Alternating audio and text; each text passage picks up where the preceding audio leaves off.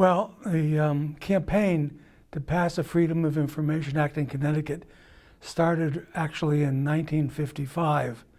A newspaper reporter for the Waterbury Republican American went to I think it was in Torrington, Board of Education meeting. And during the meeting, they were taking up a hot topic in the community. And the reporter for the newspaper was allowed in, but citizens were not allowed to attend the meeting of the Board of Education.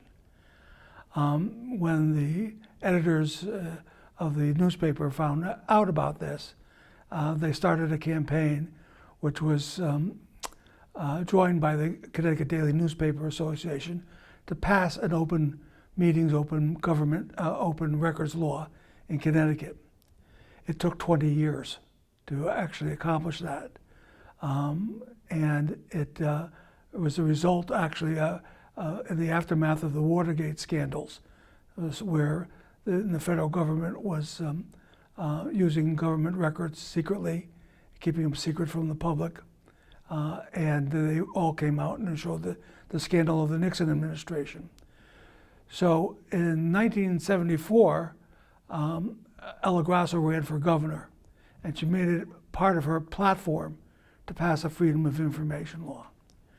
During those 20 years, every year the news industry brought Freedom of Information legislation to the Capitol, and every year it was defeated because it was sent to the Judiciary Committee, which was largely comprised of lawyers.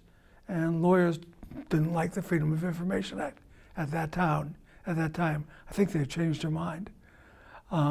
So Ella Grasso and the leadership of the Democratic Party at that time in the legislature changed the committee to the Government Administration Committee.